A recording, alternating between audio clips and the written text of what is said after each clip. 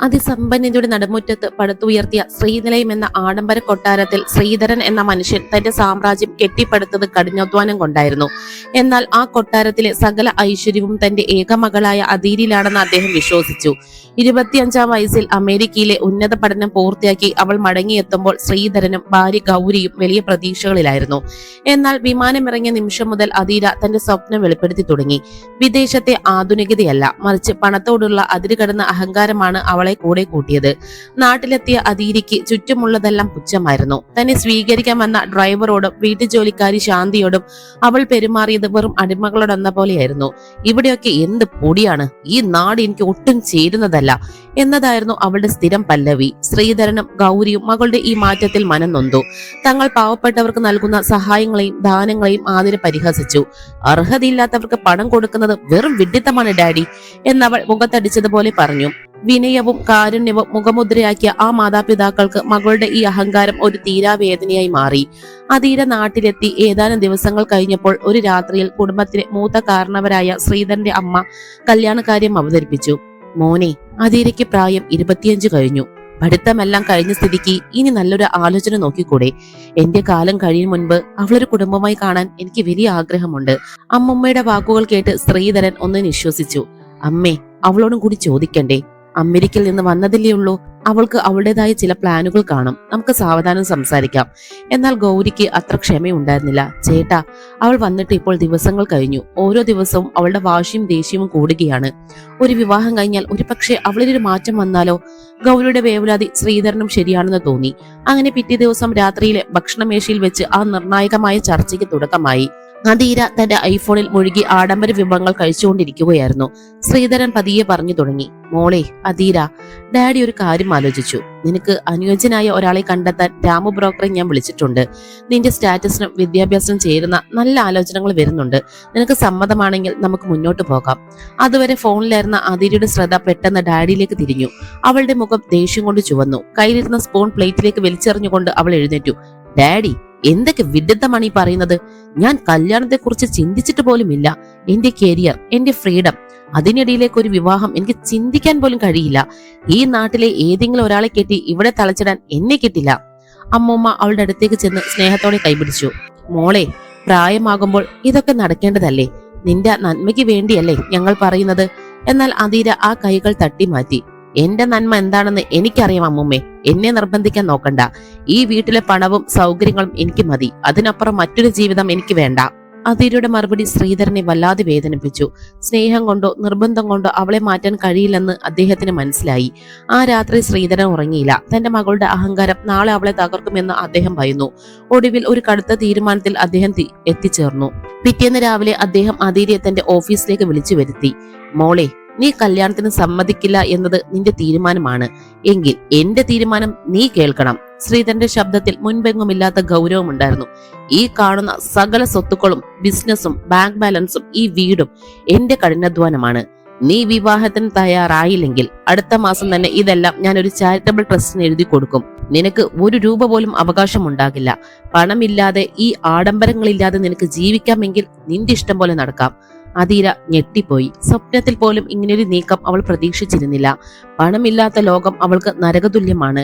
Branded വസ്ത്രങ്ങളും ആഡംബര കാറുകളും വിദേശ യാത്രകളും ഇല്ലാതെ ജീവിതത്തെക്കുറിച്ച് അവൾക്ക് ചിന്തിക്കാനേ കഴിയില്ലായിരുന്നു. അവളുടെ അഹങ്കാരം പണത്തിന്റെ പുറത്തായിരുന്നു പടുത്തുയർത്തിയത്. ആ അടിത്തറ ഇളകുന്നത് അവൾക്ക് സഹിക്കാനായില്ല. അവൾ പതർന്നത് കണ്ട് ശ്രീധരൻ തുടർന്നു. പക്ഷേ നീ വിവാഹത്തിന് സമ്മതിച്ചാൽ സകല സ്വത്തുക്കളും നിന്റെ പേരിൽ തന്നെ ഇരിക്കും. ആലോചിച്ച് തീരുമാനിക്കാം. കുറച്ചു നേരത്തെ മൗനത്തിന് ശേഷം അദീര ഒരു കുതന്ത്രം മെനഞ്ഞു. തന്റെ സ്റ്റാറ്റസും പണവും സംരക്ഷിക്കാൻ അവൾക്ക് ഒരു വഴി തോന്നി. ശരി ഡാഡി, ഞാൻ കല്യാണം കഴിക്കാം. പക്ഷേ എനിക്കൊരു നിബന്ധനയുണ്ട്. ഒരു കരാർ വിവാഹം മാത്രമായിരിക്കും ഇത്. വെറും 365 ദിവസം, അതായത് ഒരു വർഷം മാത്രമേ ഞാൻ അയാളുടെ കൂടെ ഭാര്യയായി ജീവിക്കൂ. ആ ഒരു വർഷം കഴിഞ്ഞാൽ അയാൾ എനിക്ക് ഡിവോഴ്സ് നൽകണം. അത് കഴിഞ്ഞാൽ എന്റെ ജീവിതത്തിൽ ഡാഡി ഇടപെടരുത്. സ്വത്തുക്കൾ എനിക്ക് തന്നെ നൽകണം. ശ്രീധരൻ ഒരു നിമിഷം ആലോചിച്ചു. മകളുടെ ഈ നിബന്ധന ക്രൂരമാണെന്ന് അദ്ദേഹത്തിന് അറിയാമായിരുന്നു. എങ്കിലും ഒരു വർഷം കൊണ്ട് അവളുടെ അഹങ്കാരം മാറ്റിയെടുക്കാൻ കഴിയുന്ന ഒരാളെ കണ്ടെത്താൻ കഴിഞ്ഞാൽ എല്ലാം ശരിയാകുമെന്ന് അദ്ദേഹം പ്രത്യാശിച്ചു. ശരി മോളെ, നിന്റെ നിബന്ധന ഞാൻ അംഗീകരിക്കുന്നു. 365 ദിവസത്തെ കരാർ വിവാഹം. തന്റെ വിജയം അധീര പുച്ഛത്തോടെ ആഘോഷിച്ചു. 1 വർഷം എങ്ങനെയും തള്ളി നീക്കിയാൽ സകല സ്വത്തുക്കളും തന്റെ കൈകളിൽ ഭദ്രമാകുമെന്നും പിന്നീട് തനിക്ക് ഇഷ്ടമുള്ളതുപോലെ ജീവിക്കാമെന്നും അവൾ കണക്ക് കൂട്ടി. എന്നാൽ വിധി അവൾക്കായി കരുതി വെച്ച വരാനിരിക്കുന്ന മാറ്റങ്ങളെക്കുറിച്ച് അവൾ അറിഞ്ഞിരുന്നില്ല. പണവും അഹങ്കാരം മാറ്റിവെക്കുന്ന ഒരു പുതിയ അധ്യായത്തിന് അവിടെ തുടക്കമായി. അധീരയുടെ വിവാഹത്തിനായി ശ്രീധരൻ തീരുമാനിച്ച നിബന്ധനകൾ നാട്ടിലുടനീളം സംസാര വിഷയമായി. അധീരയെ പോലെ ഒരു സുന്ദരിയെയും കോടീശ്വരിയും വിവാഹം കഴിക്കാൻ നഗരത്തിലെ പ്രമുഖ ബിസിനസ് കുടുംബങ്ങൾ മത്സരിച്ചു. ഓരോ ദിവസവും ശ്രീനിലയത്തിന്റെ മുറ്റത്ത് ലക്ഷറി കാറുകൾ വന്നു നിന്നു. എന്നാൽ അധീരയുടെ മനസ്സിൽ മറ്റൊരു പദ്ധതിയായിരുന്നു. ഈ വിവാഹം തന്റെ സ്വത്തുക്കൾ സംരക്ഷിക്കാനുള്ള ഒരു പാലം മാത്രമാണെന്ന് അവൾ ഉറപ്പിച്ചിരുന്നു. ഓരോ ആലോചനകൾ വരുമ്പോഴും അധീര അവരെ വരവേറ്റത് വിരുന്നുകാരോടൊപ്പമല്ല, മറിച്ച് ഒരു ഇൻവെസ്റ്റിഗേഷൻ ഓഫീസറുടെ ഭാവത്തിലായിരുന്നു. ചായയുമായി എത്തുന്ന ഗൗരിയെ പോലും അത്ഭുതപ്പെടുത്തിക്കൊണ്ട് അവൾ ചെറുപ്പക്കാരോട് ചോദിച്ചത് വിചിത്രമായ ചോദ്യങ്ങളായിരുന്നു. നിങ്ങളുടെ കമ്പനിയുടെ കഴിഞ്ഞ 3 വർഷത്തെ നെറ്റ് പ്രോഫിറ്റ് എത്രയാണ്? നിങ്ങളുടെ പേരിൽ എത്ര സെന്റ് ഭൂമിയുണ്ട്? എന്നെ 1 വർഷം എനിക്ക് ഇഷ്ടമുള്ള രീതിയിൽ സുഖമായി നോക്കാൻ നിങ്ങളുടെ കയ്യിൽ എത്ര പണമുണ്ട്? ഒരു പ്രമുഖ വ്യവസായിയുടെ മകൻ വന്നപ്പോൾ അവൾ ചോദിച്ചു, നിങ്ങളുടെ അച്ഛന്റെ പണമല്ല എനിക്ക് വേണ്ടത്, നിങ്ങളുടെ അക്കൗണ്ടിൽ എത്ര ലിക്വിഡ് ക്യാഷ് ഉണ്ടെന്ന് ഇപ്പോൾ കാണിക്കാൻ പറ്റുമോ? അവളുടെ അഹങ്കാരം കലർന്ന ചോദ്യങ്ങളും പുച്ഛം നിറഞ്ഞ സംസാരവും കേട്ട് വന്നവരെല്ലാം പാതി വഴിയിൽ എഴുന്നേറ്റ് പോയി. ഇവളൊരു പെണ്ണല്ല, പണത്തിന്റെ അഹങ്കാരം തലയ്ക്ക് പിടിച്ച ഒരു രാക്ഷസിയാണ് എന്നായിരുന്നു പലവരുടെയും പ്രതികരണം. ദിവസങ്ങൾ കഴിഞ്ഞതോടെ അധീരയുടെ വിവാഹാലോചനകൾ പൂർണ്ണമായി നിന്നു. രാമു ബ്രോക്കർ കൈമലർത്തി. സാറേ, കൊച്ചിനെ കുറിച്ച് നാട് മുഴുവൻ പാട്ടാണ്. ഇനി ആരെയും അങ്ങോട്ട് കൊണ്ടുവരാൻ എനിക്ക് പേടിയാണ് എന്ന് പറഞ്ഞ് അയാൾ പിന്മാറി. ശ്രീധരനും ഗൗരിയും ആകെ തകർന്നുപോയി. മകളുടെ വാശിയും അഹങ്കാരവും കാരണം അവളുടെ ജീവിതം വഴിമുട്ടുകയാണെന്ന് അവർ ഭയന്നു. ഈ കടുത്ത നിശബ്ദതയിലേക്കാണ് ഒരു ദിവസം രാവിലെ ശ്രീനിലയത്തിന്റെ പടി കയറി ആ യുവാവ് വരുന്നത്. ലളിതമായ വസ്ത്രധാരണമാണെങ്കിലും അവന്റെ മുഖത്ത് ഒരു പ്രത്യേക തേജസ് ഉണ്ടായിരുന്നു. സാർ, ഇവിടെ ജോലിക്ക് ആളെ എടുക്കുന്നുണ്ടെന്ന് കേട്ടു. എനിക്ക് ഏകദേശം എല്ലാ ജോലിയും ചെയ്യാൻ അറിയാം എന്ന് വിനയത്തോടെ അവൻ ശ്രീധരനോട് പറഞ്ഞു. അവന്റെ പേര് ഗൗതം എന്നായിരുന്നു. പഠിപ്പും വിവരമുള്ള ഒരാളാണെന്ന് സംസാരത്തിൽ നിന്ന് തന്നെ വ്യക്തമായി. പാചകം, തോട്ടം പണി, ഡ്രൈവിംഗ് തുടങ്ങി വീടിന്റെ എല്ലാ ഉത്തരവാദിത്തങ്ങളും താൻ നോക്കിക്കൊള്ളാമെന്ന് അവൻ വാഗ്ദാനം ചെയ്തു. ഗൗതമിന്റെ ആത്മാർത്ഥതയും വിനയവും ശ്രീധരന്റെയും ഗൗരിയുടെയും മനസ്സ് കീഴടക്കി. അവർ അവനെ അവിടെ താമസിപ്പിച്ചു. ഗൗതം വന്നതോടെ വീട്ടിലെ കാര്യങ്ങളെല്ലാം കൃത്യമായി നടന്നു തുടങ്ങി. എന്നാൽ അധീരയുടെ പെരുമാറ്റത്തിൽ മാറ്റമൊന്നും ഉണ്ടായില്ല. അവൾ ഗൗതമിനെ വെറുമൊരു മണ്ണുപുരണ്ട ജോലിക്കാരനായി മാത്രമേ കണ്ടുള്ളൂ. ഗൗതം അവിടെ എത്തിയതിന്റെ 3-ാം ദിവസം നടന്ന ഒരു സംഭവം എല്ലാവരെയും ഞെട്ടിച്ചു. പ്രായം ചെന്ന വീട്ടുജോലിക്കാരി ശാന്തി അധീരയുടെ മുറിയിലേക്ക് ചായയുമായി ചെന്നു. അധീര ഫോണിൽ മുഴുകിയിരിക്കുകയായിരുന്നു. അബദ്ധത്തിൽ ശാന്തിയുടെ കൈ തട്ടി മേശപ്പുറത്തിരുന്ന അധീരയുടെ വില കൂടിയ പെർഫ്യൂം കുപ്പി താഴെ വീണ് പൊട്ടി. മുറിയിലാകെ അതിന്റെ മണം പടർന്നു. അധീര ദേഷ്യം കൊണ്ട് വിറച്ചു. നിനക്ക് കണ്ണു കാണില്ലടി കിളവി എന്ന് ആക്രോശിച്ചുകൊണ്ട് അവൾ ശാന്തിയുടെ കർണത്തടിച്ചു. നിലവിളിച്ചുകൊണ്ട് പുറത്തേക്കോടിയ ശാന്തിയെ താങ്ങിയത് ഗൗതമായിരുന്നു. പുറത്ത് ഈ കാഴ്ച കണ്ട ശ്രീധരനും ഗൗരിയും സ്തംഭിച്ചുപോയി. മകളുടെ ക്രൂരത അവർക്ക് സഹിക്കാനായില്ല. ഗൗതം ഒന്നും മിണ്ടാതെ ശാന്തിയെ ആശ്വസിപ്പിച്ചു. അവന്റെ കണ്ണുകളിൽ അന്നേരം ദേഷ്യമായിരുന്നില്ല, മറിച്ച് അധീരയുടെ വീഴ്ചയെക്കുറിച്ചുള്ള ഒരു നിഗൂഢമായ ചിന്തയായിരുന്നു മിന്നി മറഞ്ഞത്. ഈ സംഭവത്തിന് ശേഷം ശ്രീധരൻ ആകെ വിഷണ്ണനായി ഇരുന്നു. തന്റെ മകളെ ഇനി കല്യാണം കഴിക്കാൻ ആരും വരില്ലെന്നും അവൾ ഒറ്റയ്ക്കായി പോകുമെന്നും അദ്ദേഹം കരഞ്ഞുകൊണ്ട് ഗൗരിയോട് പറഞ്ഞു. നമ്മുടെ കുടുംബത്തിന്റെ മാനം പോയി ചേട്ടാ, ഇനി ആരിവളെ സ്വീകരിക്കും? ഗൗരിയും തേങ്ങി. ഈ സംഭാഷണം കേട്ട ഗൗതം പതിയെ അവരുടെ അടുത്തേക്ക് ചെന്നു. സാർ, നിങ്ങൾ അനുവദിക്കുകയാണെങ്കിൽ അധീരയെ ഞാൻ വിവാഹം കഴിക്കാം. ഗൗതമിന്റെ ഈ വാക്കുകൾ കേട്ട് ശ്രീധരൻ കസാരിൽ നിന്ന് ഞെട്ടി എഴുന്നേറ്റു. ഗൗതം, നീ എന്താണ് ഈ പറയുന്നത്? നിനക്ക് ഭ്രാന്തായോ? അവളുടെ സ്വഭാവം നീ നേരിട്ട് കണ്ടതല്ലേ? ഒരു ജോലിക്കാരനായി നിന്നെ അവൾ പച്ചയ്ക്ക് തിന്നില്ലേ? ഗൗതം ശാന്തനായി മറുപടി നൽകി. സാർ, എനിക്കെല്ലാം അറിയാം. 1 വർഷത്തെ കരാർ വിവാഹമാണല്ലോ അവളുടെ നിബന്ധന. ആ 1 വർഷം ഭർത്താവായി അവളുടെ കൂടെ നിൽക്കാൻ ഞാൻ തയ്യാറാണ്. ഡിവേഴ്സ് വേണമെന്ന് പറയുന്ന ദിവസം ഞാൻ ഇവിടെ നിന്ന് പോയിക്കോളാം. എനിക്ക് പണമോ സ്വത്തോ വേണ്ട. നിങ്ങൾക്ക് സമാധാനമായി ഉറങ്ങാൻ പറ്റുമെങ്കിൽ എനിക്കത് മതി. ശ്രീധരൻ കുറച്ചുനേരം ചിന്തിച്ചു. മകളുടെ സ്വഭാവം മാറ്റാൻ വിനയമുള്ള ഈ ചെറുപ്പക്കാരനെ കഴിഞ്ഞേക്കുമെന്ന് അദ്ദേഹത്തിന് ഒരു തോന്നലുണ്ടായി. ഗൗരിയും അതിനെ അനുകൂലിച്ചു. ഒടുവിൽ ശ്രീധരൻ ഈ തീരുമാനം അധീരയെ അറിയിച്ചു. ഹാളിന്റെ നടുവിൽ നിന്ന് അവൾ പൊട്ടിച്ചിരിച്ചു. ഒരു വേലക്കാരനോ? ഡാഡിക്ക് ഭ്രാന്തായോ? ഈ പുഴുത്തു നാറുന്നവനെയാണോ എനിക്ക് കെട്ടിച്ചു തരാൻ പോകുന്നത്? അവൾ അലറി. ശ്രീധരൻ ഉറച്ച സ്വരത്തിൽ പറഞ്ഞു. അതെ അധീര, നിന്നെ വിവാഹം കഴിക്കാൻ ഇതിലും വലിയ ആരെയും ഇനി കിട്ടില്ല. നിനക്ക് സ്വത്ത് വേണമെന്നുണ്ടെങ്കിൽ ഈ വിവാഹം കഴിച്ചേ പറ്റൂ. അല്ലെങ്കിൽ നാളെ തന്നെ ഞാൻ ട്രസ്റ്റിനെ വിളിക്കും. സ്വത്തുക്കൾ നഷ്ടപ്പെടുമെന്ന ഭീതി അധീരയുടെ അഹങ്കാരത്തെ ഒരു നിമിഷം തളർത്തി. ഒരു ജോലിക്കാരനെ കെട്ടുക എന്നത് വലിയ നാണക്കേടാണെങ്കിലും 1 വർഷം കഴിഞ്ഞ് കിട്ടാൻ പോകുന്ന കോടികളെ കുറിച്ച് അവൾ ആലോചിച്ചു. ശരി, 1 വർഷമല്ലേ, ഈ അഴുക്കിനെ ഞാൻ സഹിച്ചോളാം. പക്ഷെ ഡിവോഴ്സ് പേപ്പറിൽ ഇപ്പോൾ തന്നെ ഇവൻ ഒപ്പിടണം. ഗൗതം പുഞ്ചിരിയോടെ സമ്മതിച്ചു. അതിരുടെ വിജയമെന്ന് അവൾ കരുതിയ ആ തീരുമാനത്തിന് പിന്നിൽ വലിയൊരു രഹസ്യം ഗൗതം ഒളിപ്പിച്ചു വെച്ചിരുന്നു. ശ്രീനിലയത്തിന്റെ ചരിത്രത്തിലെ ഏറ്റവും വിചിത്രമായ ആ വിവാഹത്തിന് ഒരുക്കങ്ങൾ തുടങ്ങി. ഒരു വേലക്കാരനും അഹങ്കാരിയായ യജമാനത്തിയും തമ്മിലുള്ള ആ പോരാട്ടത്തിന് അവിടെ തുടക്കമാവുകയായിരുന്നു. ശ്രീലയം എന്ന ആഡംബര ഭവനം ഒരു വിവാഹത്തിന് സാക്ഷ്യം വഹിച്ചു. നഗരത്തിലെ പ്രമുഖരെല്ലാം ആ ചടങ്ങിൽ പങ്കെടുത്തു. അതിസമ്പന്നനായ ശ്രീധരന്റെ മകളുടെ വിവാഹം ഒരു സാധാരണ ജോലിക്കാരനുമായി നടക്കുന്നു എന്നത് എല്ലാവരും അത്ഭുതമുണ്ടാക്കി. എങ്കിലും ശ്രീധരന്റെ മുഖത്തെ സന്തോഷം കണ്ട് ആരും ഒന്നും ചോദിച്ചില്ല. എന്നാൽ അതിയുടെ ഉള്ളിൽ വലിയൊരു അഗ്നിപർവ്വതം പുകയുകയായിരുന്നു. പട്ടുസാരിയും സ്വർണ്ണാഭരണങ്ങളും അണിഞ്ഞ് അവർ മണ്ഡപത്തിലിരുന്നപ്പോഴും അവളുടെ കണ്ണുകൾ പുച്ഛം പ്രകടിപ്പിച്ചുകൊണ്ടിരുന്നു. ഗൗതം വിനയത്തോടെ താലി ചാർത്തിയപ്പോൾ തന്റെ ജീവിതത്തിലെ ഏറ്റവും വലിയ ശാപമാണ് ഇതെന്ന് അവൾ കരുതി. കല്യാണം കഴിഞ്ഞ് മുറിയിലെത്തിയ ഉടനെ ആതിര തന്റെ യഥാർത്ഥ സ്വഭാവം പുറത്തെടുത്തു. പൂക്കൾ കൊണ്ട് അലങ്കരിച്ച കട്ടിലിൽ ഇരിക്കുകയായിരുന്ന ഗൗതമിനെ അവൾ ആക്രോശിച്ചുകൊണ്ട് എഴുന്നേൽപ്പിച്ചു. കൊച്ചു മുതലാളിയായിട്ട് ഇവിടെ ഇരിക്കാമെന്ന് നീ വിചാരിക്കണ്ട. ഈ താലി എന്റെ കഴുത്തിൽ വീണത് നിന്റെ ഭാഗ്യം കൊണ്ടല്ല, മറിച്ച് എന്റെ കോടികൾ സംരക്ഷിക്കാനുള്ള എന്റെ ഗതികേട് കൊണ്ടാണ്. അതുകൊണ്ട് നീ എന്റെ ഭർത്താവാണെന്ന് സ്വപ്നത്തിൽ പോലും കരുതണ്ട. അവൾ അലമാരിൽ നിന്ന് ഒരു ഷീറ്റും തലയണിയും എടുത്ത് തറയിലേക്ക് എറിഞ്ഞു. നീ വെറും 365 ദിവസത്തെ ഒരു കരാർ മാത്രമാണ്. രാത്രിയിൽ നീ ഈ തറയിൽ കിടന്നാ മതി. ഈ കട്ടിലിൽ ഇരിക്കാനോ എന്നെ തൊടാനോ ശ്രമിച്ചാൽ വിവരം അറിയും. അതിരുടെ ഈ ക്രൂരമായ വാക്കുകൾ കേട്ടിട്ട് ഗൗതം ഒന്നും പുഞ്ചിരിക്കുക മാത്രം ചെയ്തു. അവൻ ശാന്തനായി ആ തലയിനെടുത്ത് തറയിൽ വിരിച്ചു. ശരി അധീര, നീ പറയുന്നത് പോലെ തന്നെ ആകട്ടെ. നിന്റെ പണത്തോടുള്ള സ്നേഹം നിന്റെ കണ്ണുകളെ മറച്ചിരിക്കുകയാണ്. കാലം ഇതിനെല്ലാം മറുപടി നൽകും എന്ന് പറഞ്ഞ് അവൻ ഉറങ്ങാൻ കിടന്നു. പിറ്റേ ദിവസം രാവിലെ മുതൽ ഗൗതം വീണ്ടും പഴയ ജോലിക്കാരനായി മാറി. അധീരയുടെ മുറിയിൽ അവൾക്കൊരു ഭർത്താവായിരുന്നെങ്കിൽ പുറത്ത് അവൻ വീണ്ടും ശ്രീനിലയത്തിലെ വേലക്കാരനായി. രാവിലെ കൃത്യസമയത്ത് അവൾക്ക് ചായ എത്തിക്കുന്നതും അവൾക്ക് പുറത്തു പോകാൻ കാർ ഒരുക്കി നിർത്തുന്നതും ഗൗതം തന്നെയായിരുന്നു. എന്നാൽ അധീരയ്ക്ക് ഇതൊന്നും ഒരു ഉപകാരമായി തോന്നിയില്ല. ഓരോ നിമിഷവും അവനെ അപമാനിക്കാൻ അവൾ ശ്രമിച്ചുകൊണ്ടിരുന്നു. ഒരിക്കൽ അധീരയുടെ സുഹൃത്തുക്കൾ വീട്ടിലെത്തിയപ്പോൾ അവൾ അവരെ ഗൗതമിന് പരിചയപ്പെടുത്തിയത് പരിഹാസത്തോടെയായിരുന്നു. ഇതാണ് എന്റെ ഭർത്താവ് ഗൗതം, കണ്ടില്ലേ? ഒരു ലോട്ടറി അടിച്ച ഭാവമാണ് മുഖത്ത്. ഒരു നേരത്തെ ഭക്ഷണത്തിന് വകയില്ലാതെ നടന്നവനെ ഡാഡി എനിക്ക് കെട്ടിച്ചു തന്നു. ലോക്കൽസ് ഒക്കെ ഇങ്ങനെയാണ്, കുറച്ച് പണം കണ്ടാൽ അവർ എല്ലാം മറക്കും. സുഹൃത്തുക്കളുടെ മുന്നിൽ വെച്ചുള്ള ഈ അപമാനം കേട്ട് ഗൗതം തളർന്നില്ല. അവൻ വിനയത്തോടെ അവർക്ക് ചായ വിളമ്പി. അതിരുടെ അഹങ്കാരം ഒരു കൊടുമുടി പോലെ ഉയർന്നു നിൽക്കുകയാണെന്നും അത് തകർക്കാൻ സ്നേഹം കൊണ്ട് മാത്രമേ കഴിയൂ എന്നും അവൻ ഉറച്ചു വിശ്വസിച്ചു. ഇതിനിടയിൽ അധീരയുടെ അമ്മ ഗൗരിക്ക് കടുത്ത പനി പിടിപെട്ടു. ശ്രീധരൻ ബിസിനസ് ആവശ്യത്തിനായി ദൂരയാത്രയിലായിരുന്നു. അധീര തന്റെ ഫോണിലും സോഷ്യൽ മീഡിയയിലും മുഴുകിയിരുന്നപ്പോൾ ഗൗരിയെ പരിചരിക്കാൻ ഗൗതം മാത്രമേ ഉണ്ടായിരുന്നുള്ളൂ. രാത്രി മുഴുവൻ ഉറക്കമൊഴിഞ്ഞ് അവൻ അവർക്ക് മരുന്നും ഭക്ഷണവും നൽകി. ഗൗരിയുടെ നെറ്റിയിൽ നനഞ്ഞ തുണി വെച്ച് പനി കുറയ്ക്കാൻ അവൻ കഠിനാധ്വാനം ചെയ്തു. ഒരു മകൻ ചെയ്യേണ്ട സകല കടമകളും ഗൗതം ചെയ്തു. പിറ്റേന്ന് രാവിലെ എഴുന്നേറ്റ് ഗൗരി കണ്ടത് തന്റെ തലയ്ക്കൽ ഉറക്കമൊഴിഞ്ഞിരിക്കുന്ന ഗൗതമിനെയാണ്. ആ നിമിഷം മുതൽ ഗൗരിക്ക് അവനോടുള്ള സ്നേഹം വർദ്ധിച്ചു. അവൻ വെറും ഒരു ജോലിക്കാരനല്ലെന്നും ഒരു നല്ല മനുഷ്യനാണെന്നും അവർ തിരിച്ചറിഞ്ഞു. 2 ആഴ്ച കഴിഞ്ഞപ്പോൾ അതിരുടെ മുറി വൃത്തിയാക്കാനുള്ള ചുമതല ഗൗതം ഏറ്റെടുത്തു. അവൾ പുറത്തുപോയ സമയമായിരുന്നു അത്.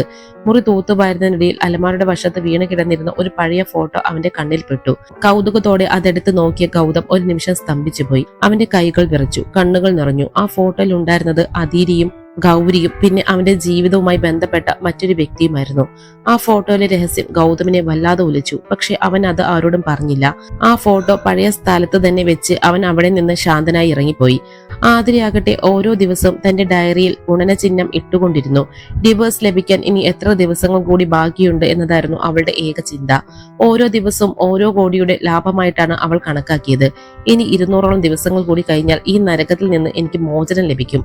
പണക്കാരനായ മറ്റൊരുവിനെ കല്യാണം കഴിച്ച് എനിക്ക് ആഡംബരമായി ജീവിക്കണം, അവൾ സ്വയം മന്ത്രിച്ചു. ആതിരയുടെ ലോകം ഇപ്പോഴും ബാങ്ക് ബാലൻസിലും സ്വർണത്തിലും മാത്രം ഒതുങ്ങി നിന്നു. തന്നെ ഒരു നിഴൽ പോലെ സ്നേഹിക്കുകയും സംരക്ഷിക്കുകയും ചെയ്യുന്ന ഗൗതമിന്റെ മനസ്സ് കാണാൻ അവളുടെ അഹങ്കാരം അവൾ അനുവദിച്ചില്ല. വിധി മറ്റൊരു വഴിയിലൂടെ അവരെ നയിക്കാൻ ഒരുങ്ങുകയായിരുന്നു. കാലം അതിന്റെ പ്രയാണം തുടർന്നുകൊണ്ടിരുന്നു. ശ്രീനിലയത്തിലെ അന്തരീക്ഷം പഴയതുപോലെ തന്നെ നിശബ്ദമായിരുന്നു. എന്നാൽ ഒരു ദിവസം രാവിലെ ആ നിശബ്ദതയെ ഭേദിച്ചുകൊണ്ട് മുകളിലത്തെ നിലയിൽ നിന്ന് അധീരയുടെ ഒരു നിലവിളി ഉയർന്നു. പതിവ് പോലെ ടെറസിൽ വ്യായാമം ചെയ്തുകൊണ്ടിരിക്കുകയായിരുന്നു അവൾ. തലേ ദിവസം പെയ്ത മഴയിൽ തറയിൽ പറ്റിപ്പിടിച്ച പായലിൽ തട്ടി അവളുടെ കാൽ തെറ്റി. അതിശക്തമായി തറയിൽ വീണ അധീരയുടെ കാൽമുട്ടിന് സാരമായി പരിക്കേറ്റു. വേദന കൊണ്ട് പൊളഞ്ഞ അവൾക്ക് എഴുന്നേൽക്കാൻ പോലും കഴിഞ്ഞില്ല.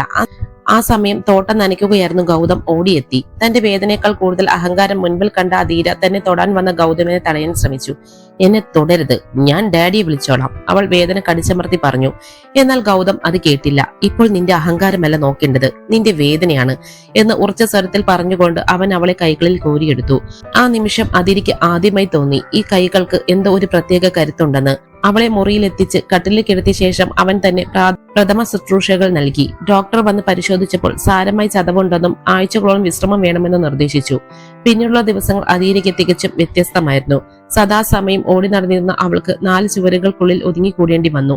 ആ ദിവസങ്ങളിൽ ഗൗതം അവളെ ഒരു നിഴൽ പോലെ ശുശ്രൂഷിച്ചു. രാവിലെ അവൾക്ക് ഇഷ്ടപ്പെട്ട പ്രഭാത ഭക്ഷണം ഉണ്ടാക്കി കൊണ്ടുവരുന്നതും കൃത്യസമയത്ത് മരുന്ന് നൽകുന്നതും അവൻ തന്നെയായിരുന്നു. അവൾ ഓരോ തവണയും അവനെ ചീത്ത വിളിച്ചുകൊണ്ടിരുന്നു. നിനക്ക് ഇത് ചെയ്തുകൊണ്ട് എന്റെ സ്വത്തിൽ നിന്ന് 1 രൂപ പോലും കിട്ടാൻ പോകുന്നില്ല എന്ന് അവൾ പരിഹസിച്ചപ്പോഴും ഗൗതം ഒരു പുഞ്ചിരിയോടെ മാത്രം മറുപടി നൽകി. എനിക്ക് നിന്റെ സ്വത്തല്ല വേണ്ടത്, നീ വേഗം സുഖം പ്രാപിക്കണം, അത്രമാത്രം എന്ന് അവന്റെ മറുപടി അവളുടെ ഉള്ളിൽ എവിടെയോ ഒരു നൊമ്പരം ഉണ്ടാക്കി. പതിയെ പതിയെ മാറ്റത്തിന്റെ കാറ്റ് ശ്രീനിലയത്തിൽ വീശി തുടങ്ങി. തന്നോട് ഇത്രയും ക്രൂരമായി പെരുമാറുന്ന ഒരാളോട് ഗൗതം എന്തിനാണ് ഇത്രയും സ്നേഹം കാണിക്കുന്നത് എന്ന് അധീര ആലോചിച്ചു തുടങ്ങി. ഒഴിവ് സമയങ്ങളിൽ ഗൗതം അവളുടെ കഥകൾ പറയുകയും തമാശകൾ പങ്കുവെക്കുകയും ചെയ്തു. ആദ്യമൊക്കെ അവനെ അവഗണിച്ചെങ്കിലും പിന്നീട് അവൾ അറിയാതെ തന്നെ അവന്റെ തമാശകൾ കേട്ട് ചിരിക്കാൻ തുടങ്ങി. ഗൗതം വെറുമൊരു സാധാരണ ജോലിക്കാരനല്ലെന്നും അവനിൽ എന്തോ വലിയൊരു രഹസ്യമുണ്ടെന്നും അവൾക്ക് തോന്നി തുടങ്ങി. അവന്റെ സംസാര ശൈലിയും അറിവും അവളെ അത്ഭുതപ്പെടുത്തി. ഒരിക്കൽ വൈകുന്നേരം ജനാലകൾ നോക്കിയിരുന്ന അധീര ഗൗതമിനോട് ചോദിച്ചു, ഗൗതം, നീ എന്തിനാണ് എന്റെ എല്ലാ ദേഷ്യവും സഹിക്കുന്നത്? മറ്റാരെങ്കിലും ആയിരുന്നെങ്കിൽ എന്നെ ഈ വീട് വിട്ടു പോയേനെ. ഗൗതം ഒന്ന് പുഞ്ചിരിച്ചു. അധീര, മനുഷ്യരുടെ പുറത്തെ അഹങ്കാരം വെറും ഒരു മുഖംമൂടി മാത്രമാണ്. ഉള്ളിൽ എല്ലാവർക്കും ഒരു നല്ല മനസ്സുണ്ട്. നിന്റെ ആ നല്ല മനസ്സിനെയാണ് ഞാൻ സ്നേഹിക്കുന്നത്. ആ വാക്കുകൾ കേട്ടപ്പോൾ അധീരയുടെ കണ്ണുകൾ നിറഞ്ഞു. അവൾ അറിയാതെ തന്നെ അവൾ ഗൗതമിനോടുള്ള ഇഷ്ടം വളർന്നു തുടങ്ങി. കോടികളെക്കാൾ വിലയുള്ളത് തന്നെ സ്നേഹിക്കുന്ന ഒരു ഹൃദയത്തിനാണെന്ന് അവൾ തിരിച്ചറിഞ്ഞു. വീട്ടിലെ എല്ലാവരും അധീരയുടെ മാറ്റത്തിൽ സന്തോഷിച്ചു. അവൾ പഴയതുപോലെ എല്ലാവരോടും ദേഷ്യപ്പെടാറില്ലായിരുന്നു. ശാന്തി അമ്മയോട് അവൾ മാപ്പ് ചോദിച്ചപ്പോൾ ശ്രീധരന്റെയും ഗൗരിയുടെയും കണ്ണുകൾ നിറഞ്ഞു. തങ്ങളുടെ മകൾ നന്മയുള്ളവരായി മാറിയത് കണ്ട് അവർ ഗൗതമിനെ മനസ്സിലെ അനുഗ്രഹിച്ചു. എന്നാൽ ഈ സന്തോഷം അധികം നാൾ നീണ്ടു നിന്നില്ല. 1 വർഷത്തെ കരാർ കാലാവധി തീരാൻ വെറും ഒരാഴ്ച മാത്രം ബാക്കി നിൽക്കെ അധീരയിൽ വീണ്ടും പഴയ അഹങ്കാരം മുളപൊട്ടി. തന്റെ ഉള്ളിലെ ഇഷ്ടം പുറത്തു കാണിച്ചാൽ താൻ തോറ്റുപോകുമെന്ന് അവൾ ഭയന്നു. ഒരു ദിവസം രാവിലെ അവൾ ഗൗതമിനെ തന്റെ മുറിയിലേക്ക് വിളിച്ചു. അവളുടെ മുഖത്ത് പഴയ ആ കടുപ്പം തിരിച്ചു വന്നിരുന്നു.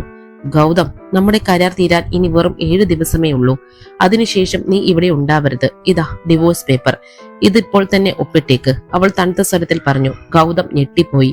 അവളിൽ മാറ്റം വന്നുവെന്ന് അവൻ വിചാരിച്ചിടത്താണ് ഈ പ്രഹരം.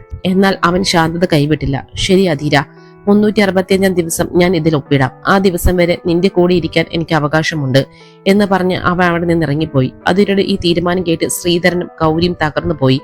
മോളെ, നീ എന്താണ് ഇങ്ങനെ ചെയ്യുന്നത്? ഗൗതം നിന്നെ എത്രമാത്രം സ്നേഹിക്കുന്നുണ്ടെന്ന് നിനക്ക് കാണാൻ കഴിയുന്നില്ലേ? ഗൗരി കരഞ്ഞുകൊണ്ട് ചോദിച്ചു. എന്നാൽ അധീര തന്റെ തീരുമാനത്തിൽ ഉറച്ചു നിന്നു. എനിക്ക് പണമാണ് വലുതമ്മേ. 1 വർഷം കഴിഞ്ഞ് കിട്ടാൻ പോകുന്ന സ്വത്തുക്കൾ എനിക്ക് നഷ്ടപ്പെടുത്താൻ കഴിയില്ല എന്ന് അവൾ കള്ളം പറഞ്ഞു. ഉള്ളിൽ ഗൗതമിനെ പിരിയുന്നതിൽ അവൾ വല്ലാതെ സങ്കടപ്പെട്ടിരുന്നു. പക്ഷെ തന്റെ അഹങ്കാരം ആ പ്രണയത്തെ തടഞ്ഞു നിർത്തി. പണത്തിനു വേണ്ടി അവൾ തന്റെ ജീവിതം ബലി കൊടുക്കാൻ ഒരുങ്ങുകയായിരുന്നു. കരാർ അവസാനിക്കുന്ന ആ ദിനത്തിനായി ശ്രീനിലയം ശ്വാസം മടക്കി കാത്തിരുന്നു. ശ്രീനിലയം അന്ന് ഒരു വലിയ യുദ്ധക്കളത്തിന് സമാനമായിരുന്നു. വിവാഹ വാർഷികത്തിന്റെ ആ പൊലിരിയിൽ ആതിരയുടെ മുഖത്ത് ആഘോഷത്തിന്റെ ഭാവമായിരുന്നില്ല, മറിച്ച് ഒരു തരം വാശിയായിരുന്നു. 365 ദിവസം ഇന്ന് അവസാനിക്കുകയാണ്. തന്റെ സ്വത്തുക്കൾ പൂർണ്ണമായി തന്റെ കൈകളിലേക്ക് തിരിച്ചു വരുന്ന ദിവസം. രാവിലെ തന്നെ അവൾ വീട് മുഴുവൻ അലങ്കരിക്കാൻ ഉത്തരവിട്ടു.